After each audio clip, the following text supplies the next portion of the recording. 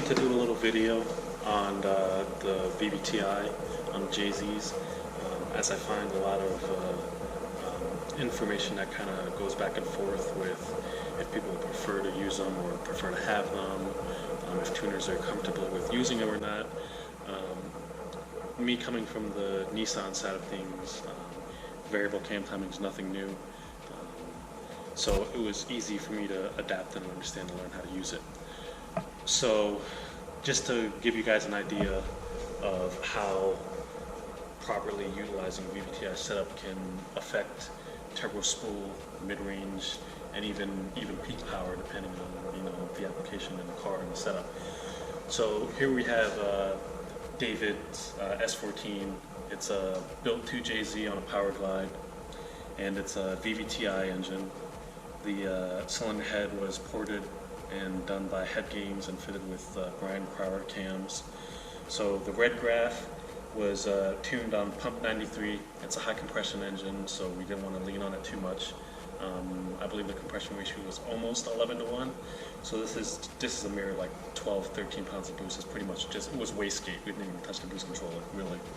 So you can see the purple graph was no VVTI. So the first start of tuning, I pretty much completely disabled the VVTI.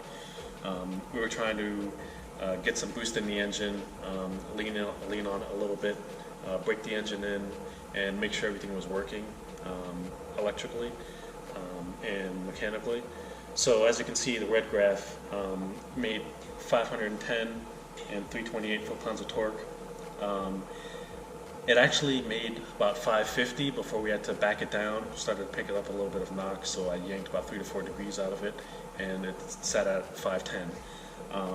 So after this point is when I enabled the VVTI and started playing with the VVTI to manipulate the power curve and get the turbo to come on sooner. So you can see here, if you look at the two torque curves, we get the boost to come on almost 1,000 RPM sooner, which gets our bottom end and mid-range to come on harder and make more power all around. It made more power and torque everywhere. We started to dial back the cam timing and pretty much get it to nothing by the time it was about 8,000 RPMs. But even down low, 3, 4, 5,000 RPMs, I say down low, but that's kind of a mid-range RPM. But in this car, power glide 2J high RPMs, that's pretty much mid-range in this car.